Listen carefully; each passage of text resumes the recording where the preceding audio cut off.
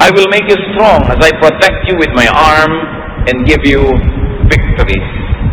Maraming turo ang Panginoon sa Old Testament, maging sa New, na laging ang tema ay huwag kang matakot, huwag kang panghinaan ng loob, maging matatag ka dahil ako ang iyong Diyos at alam ko ang nangyayari sa iyong buhay. Habang alam ng Diyos ang nangyayari sa ating buhay, dapat alam din natin na alam niya. Habang tayo ay mahal niya, dapat lagi nating maalalang mahal niya tayo.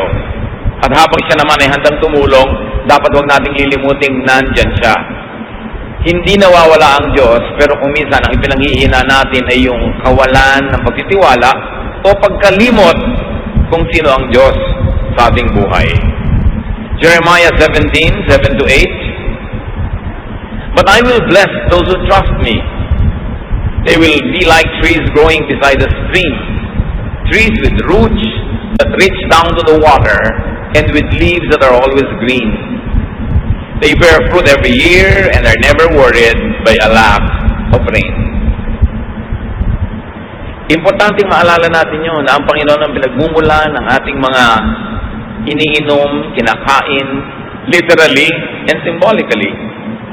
At sinabi ng Panginoon na gagantimpalaan niya ang sino mang nagtitiwala sa Kanya. Hindi ka pa man abutan ng gantimpala, yung nagtitiwala ka pa lang, may premyo na yon kasi pumanatag na yung loob mo, tumibay na ang kalooban at nagkaroon na ng kalakasan. Isaiah 22:12-2, I trust you to save me, Lord God, and I won't be afraid. My power and my strength come from you, and you have saved me. Marami ng past tense na salvation ang Diyos. God has saved us in many ways. Why will He not save us again? Kaya importante na maalala natin yung katangian niya, yung pagmamahal niya, at yung kanyang laging pag-aaruga sa atin. Be strong, be optimistic. Dapat positive ang pananaw. Pwede mong diliman ang iyong paningin, pero pwede mo namang liwanagan.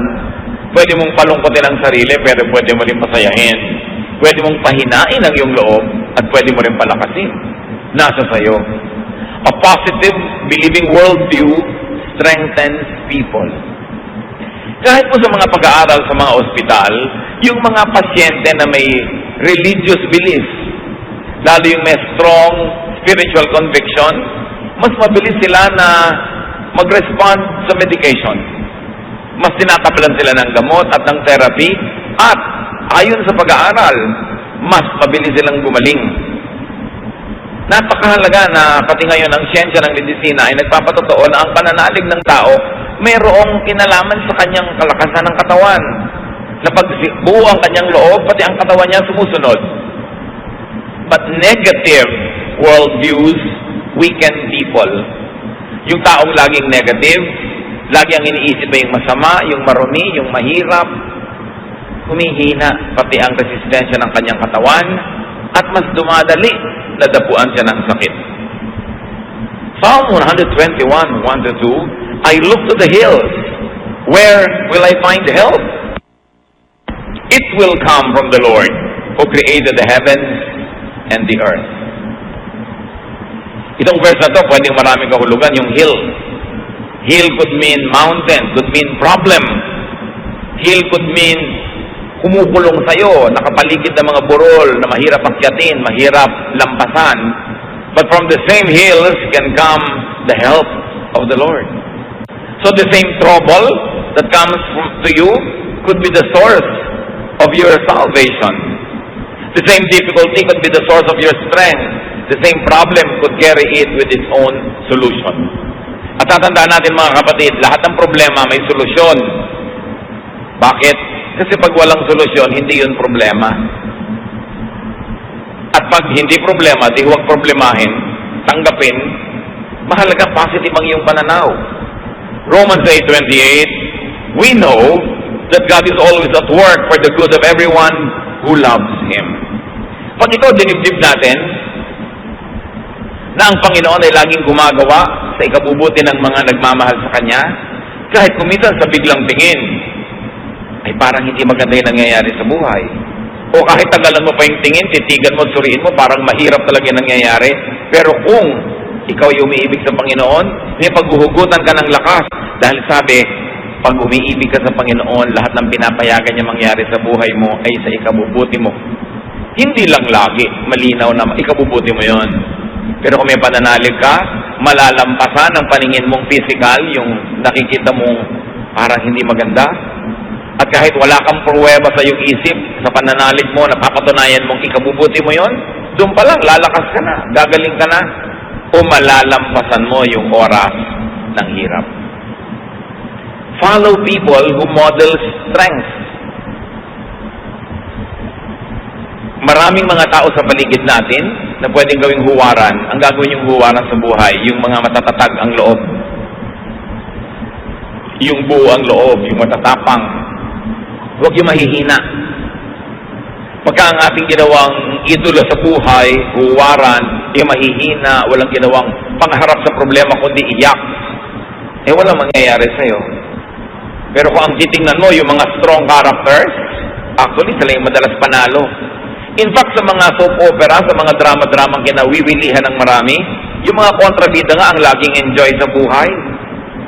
Sila tong kitatatag ng loob, kititikas ng mga sikmura, pero sila ang nananalo, nakukuha nila yung pera, nakukuha nila yung boyfriend o girlfriend, nakukuha nila yung mana.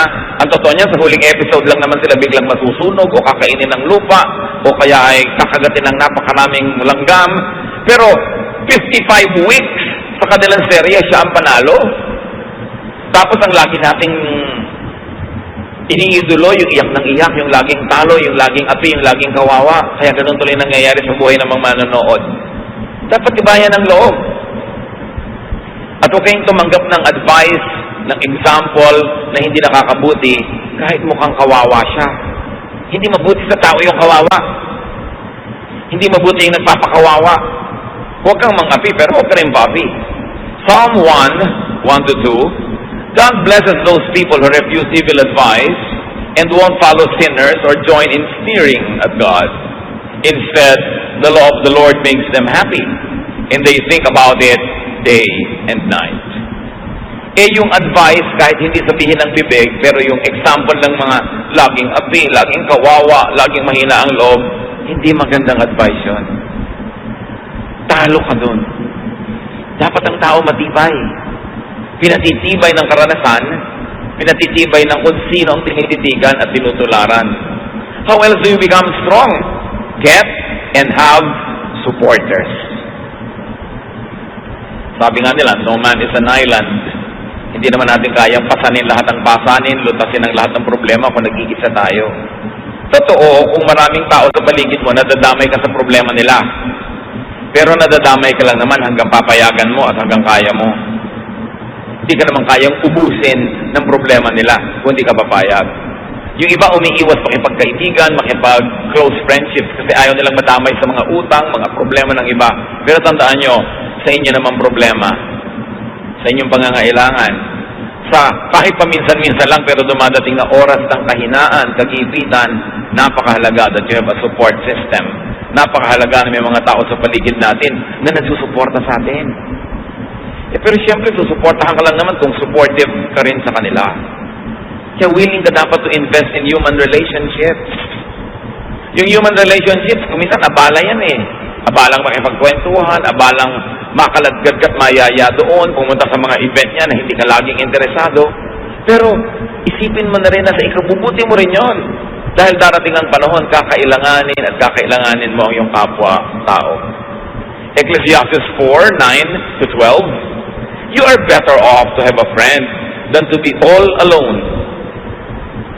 Because when you get more because then you will get more enjoyment out of what you earn. If you fall, your friend can help you up. But if you fall without having a friend nearby, you are really in trouble. If you sleep alone, you won't have anyone to keep you warm on a cold night. Someone might be able to beat up one of you, but not both of you. As the saying goes, a rope made from 3 strands of cord is hard to break. Malinaw naman ang mensahe nitong Ecclesiastes. Mas mainam daw na may kasama, may kaibigan, may karamay, may kapartner, meron kang kasama sa iyong buhay, mas pakikinabangan mo daw ang mga pinaghirapan mo. Siyempre, kung kakain ka, mas masarap naman may kasabay kaysa nag-iisa ka. Kahit pa nga ilibre mo siya, may kasabay ka naman. Kaysa hindi ka nga nagastusan, wala ka inilibre, pero mag-isa ka lang kumakain. At pag daw natumba ka, kung may kaibigan ka, may magbabangon sa'yo. Kawawa naman daw yung natutumbang wala man lang magbangon. Talagang malaking problema daw yon. At kung sa mga magiginaw na gabi, nag-iisa ka lang, baka mag-yelo ka, pero kung may katabi ka, your body heat can help each other, and you will survive. Kung nag-iisa ka daw, pwede ka sigurong bugbugin ng isang tao, pero kung dalawa kayo, hindi naman niya kayo kayang bugbugin pareho sa bahay. Ang tatlong hibla ay dinitirintas at pinagsasama-sama ay higit na matibay kaysa tatlong hiwa-hiwalay na hibla ng sinulit. Kailangan itong idiin kasi marami mga tao hindi sila willing to invest in human relationships. They are too engrossed with themselves. They like to have their resources only for themselves. Ayaw nila magbigay, ayaw nila mag-share, ayaw nila maabala. Pero mabuti lang yun habang ang tao ay bata at malakas. Kaya yung yabang nasa kabataan. Kaya mo magyabang, kaya mong manikis ng kapwa, kaya mo mag-isa. Kasi malakas ka pa eh. Pero dumarating ang panahon na humihina ang tao, tumatanda, na nakakatayo ka na lang nakakalakad dahil inaakay ka ng iba. Doon mo ngayon maiisip ang halaga ng mabuting pakikisama at pakikitungo sa kapwa. Dahil sino sa mga inapi mo, hindi mo ginawa ng mabuti ang magiging handa na tumulong sa iyo. Yun nga mga tinulungan mo nun, hindi rin lahat willing na tulungan ka. Lalo naman yung hindi mo tinulungan. Kaya dapat ang karunungan dumarating habang kabataan pa lang. Pwede ka magyabang pagbata ka eh. Kayang-kaya mo mag-isa. Pero hindi laging ganon ang buhay. Gusto niyo maging malakas sa oras ng inyong kahinaan?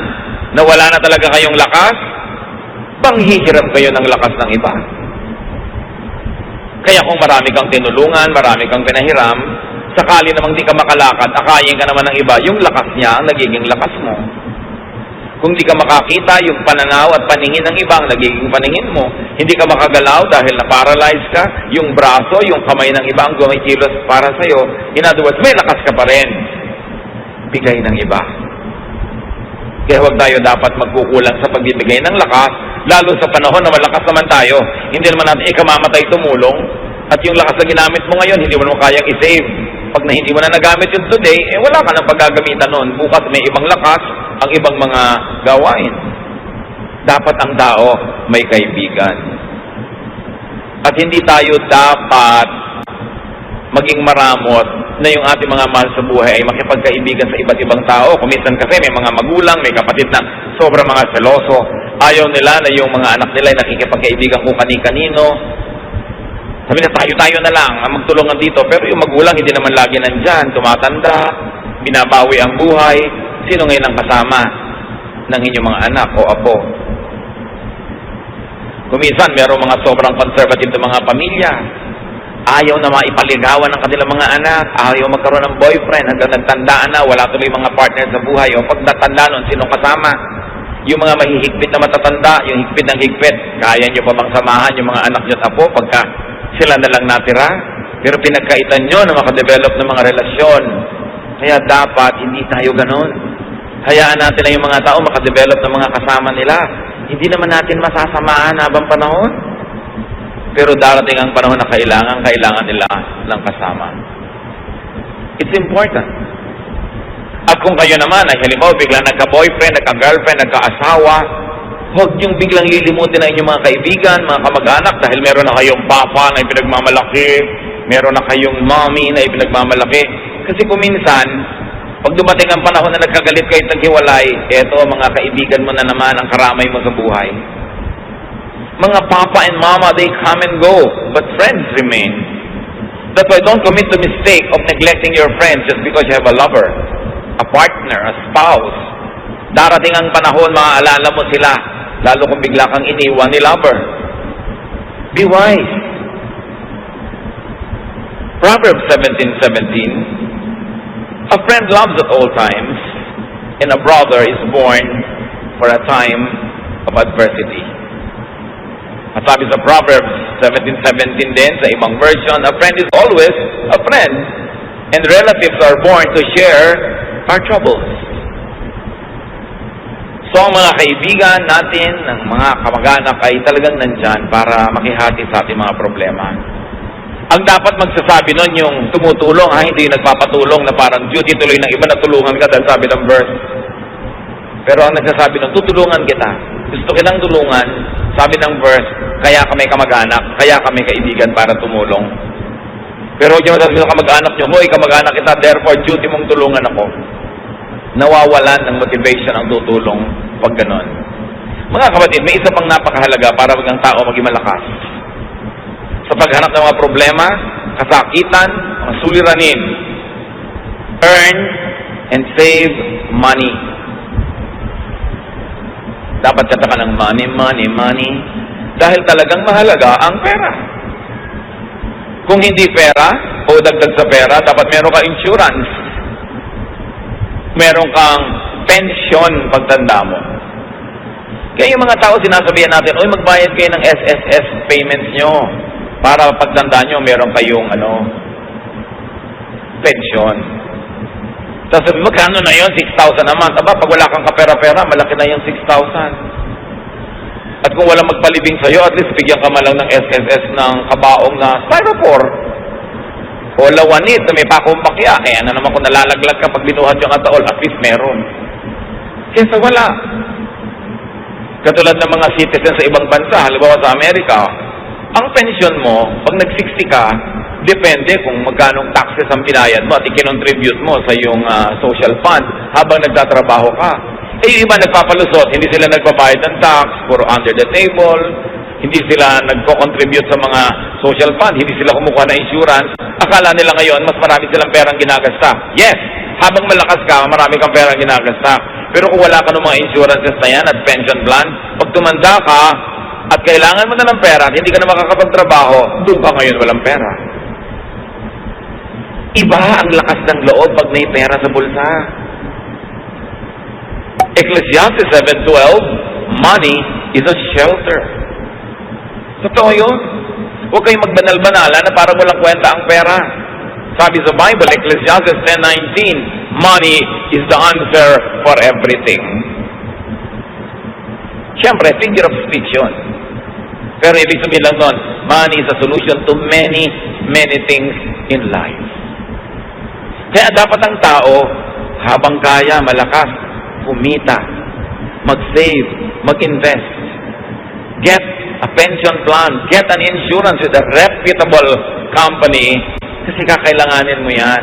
Hindi ka lagi pwede magyabang na, kaya ko. Hindi tayo sure.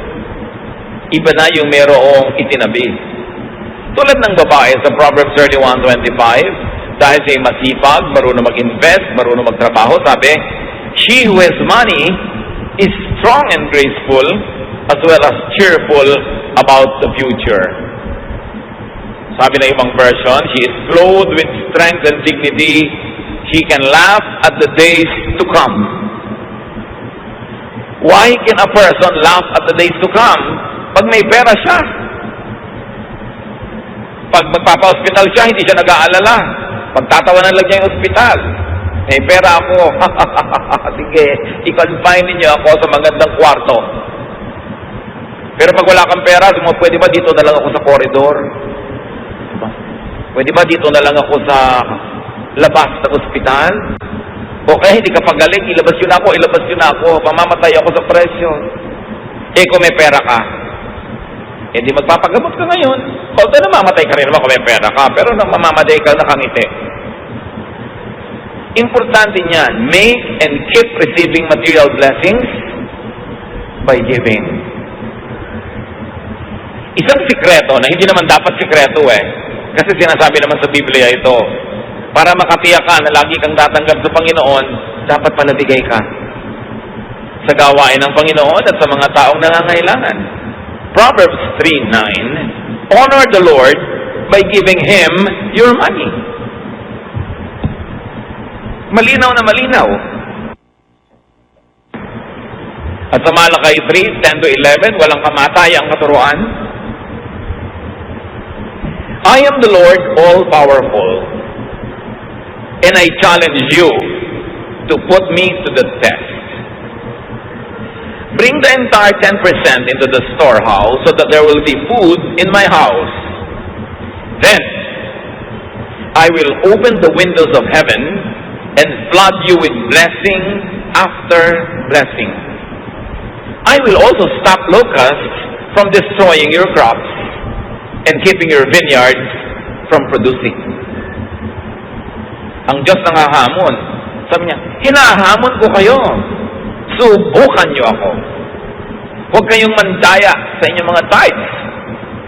Pag hindi ko binuksan ng mga bintana ng langit at pinabaha sa buhay niyo ang walang katapusang blessing. At hindi lang yon, pipigilin ko ang mga salot na kulisap sa paninira ng inyong mga tanim.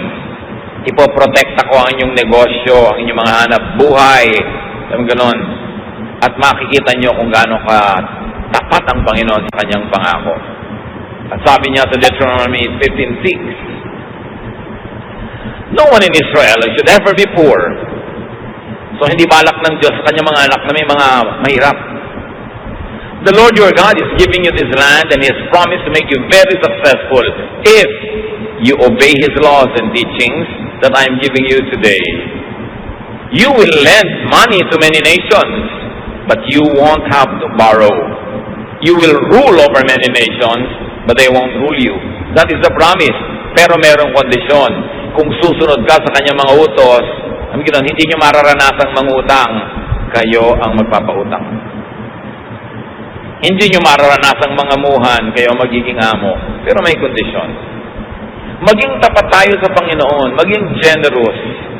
Alam niya kung paano magsukli sa ating buhay. Isa yan na hindi natin naaalala na madalas, na isang napakalaking insurance, savings, account, yung ikaw ay giver. Ikaw ay generous, even to people that are not close to you, but who are needy. Bawat bigay mo sa nangangailangan, bawat bigay mo sa gawain ng Panginoon, ang Panginoon ang magsusukli. At sa palagay nyo kaya, papayag ang Panginoon na may utang siya sa inyo? Oras na ikaw ay nagbigay, lalo kanyang bibigyan kasi hindi naman pwedeng mas marami ka pa ibinigay sa kanya, siya ang Diyos. Maraming tao na ang nakadiskubre nito. Merong hindi pa rin madiskubre kasi ayaw subukan. Pero yan talaga ang secret of a very abundant life, to be generous. How else do you become strong? Practice facing and handling hardship. Kung lalaban ka ng contest, dapat may practice. Kay athletic o artistic contest dyan, o dance contest, o singing contest, may practice. Kung lalaban ka sa mga hirap ng buhay, dapat yan may practice. Kahit bata pa ang tao, lalo't bata pa nga, mas dapat turuan na humarap sa mga problema. Parents, let us not overprotect our children. May mga assignments sa school, hayaan nyo sila gumawa, huwag nyo igawa para lang tumaas ang grade. Hindi naman sila yung gumawa, dumali ang buhay nila. Sa palagay nyo, anong naituro nun sa kanila na karakter? Wala. Aasa sa inyo. Kaya 50 years old na, umaasa pa sa inyo. Kasi sinanay nyo. Don't do everything for them. At habang maaari sana nga, kahit kaya nyo paligiran sila ng mga mag-a-assist sa kanila, give them household chores. At kahit napakarami yung pera, hayaan nyo silang matuto magtipid. Huwag silang palanguyin sa pera kasi mahirap na masanay sa buhay na sobrang maginhawa, madali, maluho. Kasi hindi naman ganun ang totoong buhay. At hindi naman kayo laging nandyan para sila bigyan nun. At nandyan man kayo, hindi naman tayo sure na lagi kayong may ibibigay. James 1:2-4, my friends, be glad even if you have a lot of trouble. You know that you learn to endure by having your faith tested. But you must learn to endure everything so that you will be completely mature and not lacking in anything. Pagtiisan daw ang dapat pagtiisan. Pagtiyagaan ang dapat pagtiyagaan para kayo lumago. Walang kulang sa inyong pagkatao, sanay kayo na bumata ng hirap. And as we have said, it's better to practice early. Kaya sabi ni Balagtas sa Florante at Laura, pag-ibig anak ko yaking nakilala, di dapat palakihin ang bata sa saya. At sa katuwaan kapag namihasa, paglaki walang hihinting ginhawa. Para ng halamang lumaki sa tubig, dahil nalalanta, munting di madilig. Ikinaluluoy ang sandaling init, gayon din ang pusong sa tuway maniig. Kaya sabi niya, ang laki sa layaw, karaniway hubad, sa bait at muni, sa hatol ay salat. Masaklap ang bunga ng maling paglingap, habag ng magulang sa irog na anak. Pag inispoil mo ang bata, ano mangyayari? Weakling, mahina, walang buto, mahina ang sikmura, mahina ang loob. Kailangan mabuhay ka forever para mo siya samahan. Kaya kailangan turuan ng practice. Sabi sa Proverbs 22 verse 6, teach your children right from wrong. And when they are grown, they will still do right. Train agad ang mga bata. How else they become strong? Do not overly depend on others. Lahat ng tao, binigyan ng Diyos ng lakas. Huwag kang laging manghiram ng lakas ng iba. Huwag kang laging umasa, sumandal. Dapat gamitin mo at pag-practicean mong gamitin ang iyong sariling lakas. Why? Because dependence means weakness. Habang umaasa ka, mahina ka. What happens when you are financially dependent, emotionally dependent, functionally dependent? You are weak. May mga asawa na binubugbog, pinagtataksilan, halos ay lapastanganin na lang ng husband, hindi makahiwa-hiwalay, hindi makabuo ng sariling buhay. Bakit? Walang hanap buhay. Walang sariling income, walang pera, walang savings. Kaya nilululo na lang ang lahat, pinagtitsagaan ang lahat. Pero kung may pera lang yun, matagal nang nawala. You see, iba yung may pera. Kaya pag may mga magpapakasal, lalo mga babae na mukhang palikero pa, na mapapangasawa, ang advice mo agad, iha, magtrabaho ka. Gusto po niya, full-time housewife lang ako. Full-time housewife, pagkatapos kahit anong iba to sa mukha mo, tatanggapin mo, dahil wala kang pera. Kailangan may pera ka. O kaya kung siya nagtatrabaho, nasa pangalan mo savings. Para meron ka maipagmalaki. Hindi yung kawawang-kawawa ka dahil isusumbat pa sa'yo. Kita ko lahat yan, pera ko lahat yan. Diba? Pagka ginawa sa'yo ng husband mo yun, singilin mo siya ng lahat ng... Love mo, yes, but do not overly love. Kaya nga sabi ni Lord, unahin mo siyang mahalin kahit hindi iba. Yung world, hindi laging masama. But anything that is really permanent. Sabi sa 1 John 2:15, do not love the world or anything that belongs to the world. If you love the world, you cannot love the Father. Yung nagmamahal, ilagay niyo sa lugar. Pag sobra kayo nagmahal, talo kayo. Hindi lang kayo maalala. Wala na kayo sa sarili. May mga tao nakatitig sa cellphone nila Talaga nakatitig, abang na may dumating na text. Dumating ka na, dumating ka na, dumating ka na. Wala namang dumadating. Mga advertisement pa ng kondo ang darating. Paano sobrang nagmamahal? Magmahal kayo, pero ilagay niyo sa lugar. Hindi dapat kawawain ang sarili. Do not be anybody's satellite. No one is as weak as a person who is madly in love. You weaken yourself. Nilululo ng katwiran, nilululo ng pinag-aralan, nilululo ng lahat-lahat. Bago lang matauhan, na-damage na siya. Kaya dapat may ititira ka sa sarili mo. Mano ka siyempre magmahal because God is love and we have to love. Pero huwag kang magpapakabaliw ng sobra-sobra. Lalo sa hindi naman nababaliw sa'yo. May magtatanong pa sa akin, meron po akong boyfriend pero ramdam ko hindi ako mahal. Ba't ka nagtsatsaga? Bakit? Hindi ka pala mahal. Humahanap ka ng sakit ng katawan. So kailangan magpakatalino ang tao. We were created by God to be healthily independent. Kaya kahit may kakambal ka, pinapanganak ka mag-isa. Mamamatay ka mag-isa. Haharap ka sa Diyos mag-isa. Ibig sabihin, kaya mong harapin ang maraming bagay sa buhay kahit walang kasama. Although, mas masarap kung may kasama. Pero huwag kang magpapadaya sa kasinungalingan na kung wala kang kasama, hindi ka na mabubuhay. Yun ay isang kasinungalingan. Napaka-importante kahit nga sa ina. Ang unang-unang nangyayari sa bata pag ipapanganak, malalagot ang pusod. It's a declaration of progressive independence. At dapat yun, suportahan ng magulang at ng lahat na maging independent yung bata habang tumatagal.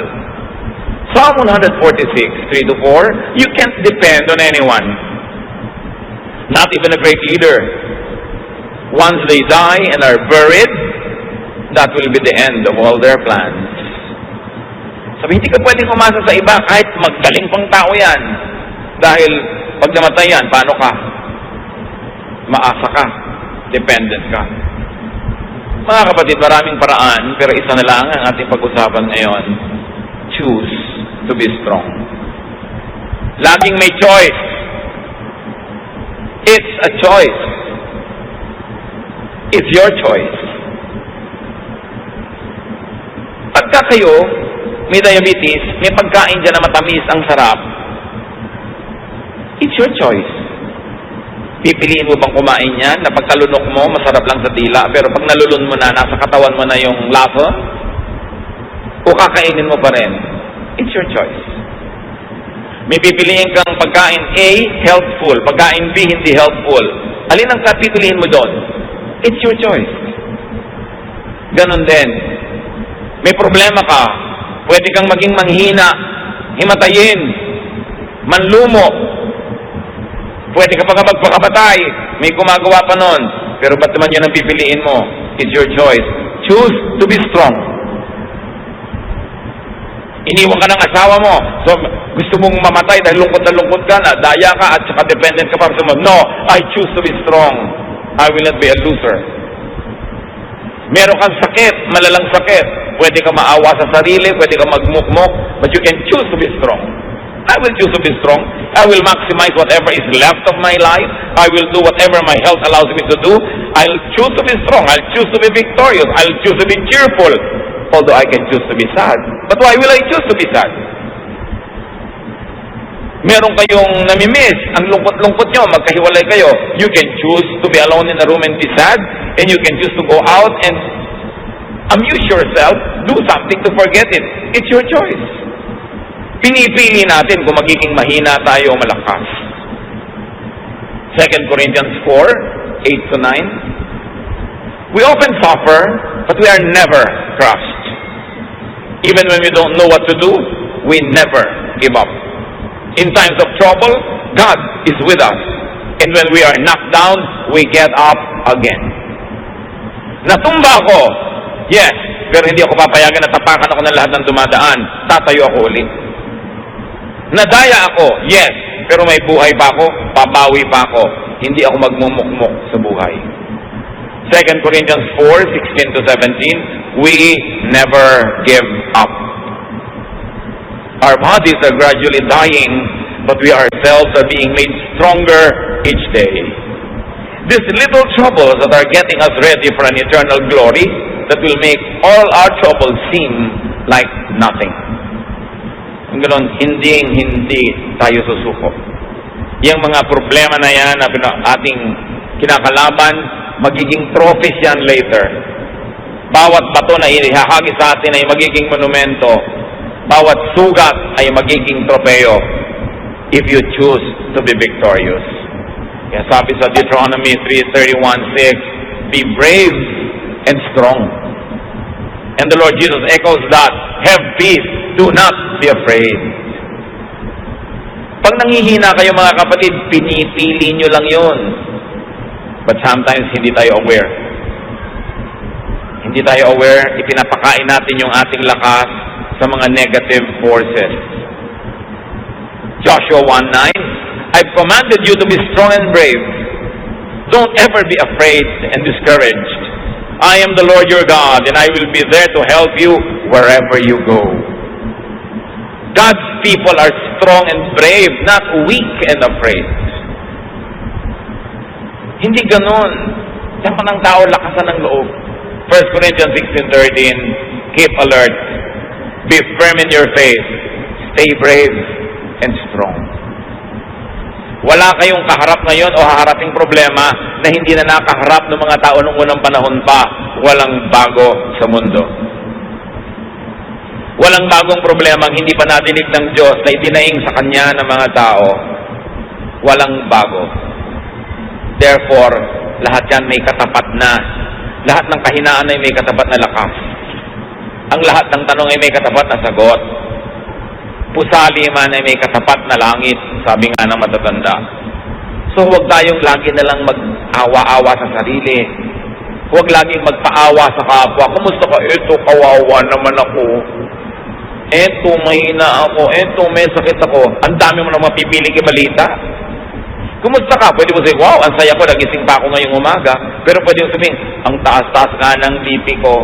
It's your choice. Anong gusto mong topic? Pero mga kapatid, ang laging gusto nyong topic ay yung kayo mahina, kayo kawawa, kayo walang pera, mapapansin nyo, pakonti ng pakonti ang gusto makipag-usap sa inyo. Sino naman ang gusto makipag-usap sa laging daing ng daing? Yung kausap nyo, marami rin dapat idaing, pero hindi lang niya itinadaing. May problema siyang dala-dala, tapos itatambak nyo sa kanya yung problema nyo. Dinadoble yung dala niya para lang gumaan ng pakiramdam nyo. Sa palagay nyo, tatagal lang kayong kausapin ng kapwa. Choose to be cheerful.